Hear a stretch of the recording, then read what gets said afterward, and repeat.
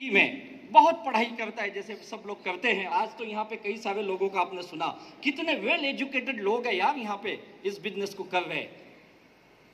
एक कॉलेज था जहाँ पे व्यक्ति पढ़ रहे थे, और जब उनकी लास्ट ईयर थी, मास्टर डिग्री की लास्ट ईयर, तो सारे बच्चे इकट्ठा होते, टीचर इकट्ठा होते हैं और वो प्रण करते हैं कि आज से ठीक 25 साल बाद, जब हम सब की उम्र करीब करीब 50 साल के आसपास होगी, क्योंकि उस वक्त मास्टर करते करते 23-24 साल का हो ही जाता है, जब आज से हम 50 साल के हो जाएंगे, 25 साल बाद हम सब इसी कॉलेज में मिलेंगे और अपनी अपनी कहानी उस दिन शेयर करेंगे। और उनका वहां से जब वो कॉलेज से निकलते हैं, सब अपने अपने काम धंधे पे लगते हैं, कोई जॉब किया, कोई बिजनेस किया, कोई अलग अलग प्रोफेशन में थे। और ठीक 25 साल बाद वो सारा बैच उस कॉलेज में तय समय के अनुसार, तय डेट के अनुसार इकट्ठा होते हैं। और उनके कुछ टीचर्स भी आते हैं जो उस वक्त जिंदा थे, बचे हुए थे, दुनिया में जी रहे, तो वो भी आते हैं। और उन्होंने अपने स्टूडेंट को देखा, इस 25 साल में किसकी कितनी तरक्की हुई है, किसने कितना कामयाब हासिल किया है। तो उस कॉलेज के मैनेजमेंट ने ये देख के सरप्राइज हो गए, जो उनके उस कॉलेज का सबसे होनहार छात्र था, जो हमेशा डिस्टिंक्शन मेरिट के अंदर ही मेरिट लाता था, उस बच्चे की कामयाबी सबसे कम है। जो एवरेज बच्चे थे, जो थोड़ा कम पढ़ने में थे, वो ज्यादा कामयाब थे। उनको बड़ा आश्चर्य हुआ, ऐसे कैसे हुआ, ये हमारा सबसे होनहार छात्र था और हमें प्राउड था, ये जिंदगी में जहां कहीं जाएगा अपना अलग ही मुकाम बनाएगा, लेकिन ये तो सबसे पिछड़ा हुआ दिख रहा है। उनको बड़ा आश्चर्य हुआ, ऐसा क्या हो गया इसके साथ। तुमने जब उसकी लाइफ को थोड़ा टटोला, उसकी बैकग्राउंड को थोड़ा चेक किया, तो उनको ये समझ में आया, ये किसी भी एक ऑर्गेनाइजेशन में पिछले 25 साल में कहीं पे भी 5 साल से ज्यादा काम ही नहीं किया। ये हर बार कोई ना तो कोई बहाना देके दूसरे कंपनियों में स्विच करता था। कहीं उसे मैनेजमेंट अच्छा नहीं लगता था, कहीं उसे अपने सबऑर्डिनेट अच्छे नहीं लगते थे, कहीं उसका बॉस नहीं अच्छा लगता था, कहीं कंपनी का सिस्टम नहीं अच्छा लगता था।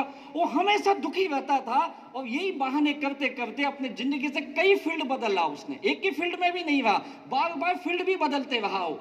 फिर उसको ये समझ में आया, जो सबसे कामयाब है उसके अंदर ऐसी क्या बात है।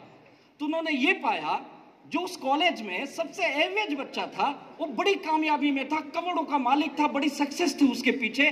तो उन्होंने ये देखा, ये बच्चा एक ही फील्ड को पकड़ के पिछले 25 साल लगातार उसी फील्ड में इतनी मेहनत किया है, आज वो केवल अपने कॉलेज का नहीं बल्कि अपने देश का सबसे कामयाब लोगों में से एक इंसान था।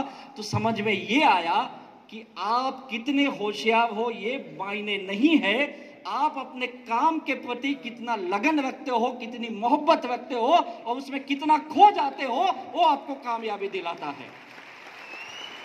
अगर आज आप माई लाइफस्टाइल में हो या देख रहे हो, अगर आज डिसीजन ले रहे हो, मैं एक ही कहूंगा, आज से अगले 5 साल के लिए आप निर्णय ले लो। अगले 2030 तक दुनिया यहां से वहां हो जाए, लेकिन मैं माई लाइफस्टाइल में टिका रहूंगा और जो मेरे लीडर बताएंगे उनको 100% सरेंडर हो जाओ। जो भी कोई आपका ग्रेट अपलाइन है, सरेंडर हो जाओ, जो बोलता है करो। मैंने वही किया भाई, मेरे पास कोई नॉलेज नहीं था, मुझे तो बात भी करने नहीं आता था, छोटे से मिडिल क्लास से आया हुआ व्यक्ति हूं। बड़ी संघर्ष की जिंदगी मैंने देखी अपने लाइफ में, एक एक रुपए की कीमत में बड़ी अच्छी तरह से जानता हूं। जेब में 100 रुपए नहीं होते थे, फील्ड में जाना कितना मुश्किल है मुझे पता है। मुंबई के दादर स्टेशन पे कई रातें मैंने भी सोई है भाई, बस के लिए रात रात भर बस अड्डे पे मैंने भी गुजारी है। उस सब तकलीफ में जानता हूं जो एक आम डिस्ट्रीब्यूटर करता है, लेकिन मैं कभी विचलित नहीं हुआ, कभी डरा नहीं इसमें और लगा रहा इस काम में। और वही मैं आज आपको बता रहा हूं, अगर आप भी लगे रहे अगले 5 साल, देखिए 2025 आ गया, देखते देखते आ गया, हमने क्या कर लिया 2025 में बताओ ना। पिछले 5 साल में अपना इतिहास देखो, कहां है हम। वही 25-50 हजार की नौकरी में आप इतने बिजी हो, इतने मशगूल हो कि आपको आगे बढ़ने की सोच ही नहीं आती है। आप यही टाइम नहीं है, ये नहीं है, वो नहीं है, उसी में फंसे हो।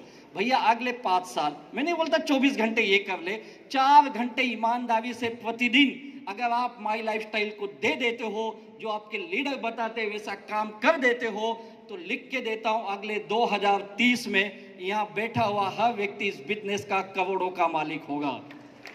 तो बनना चाहते हो, कामयाब बनना चाहते हो, तो मुझे बताओ आप सबसे ज्यादा मोहब्बत किससे करते हो। अपने परिवार से करते होगे और किसी से करते हो तो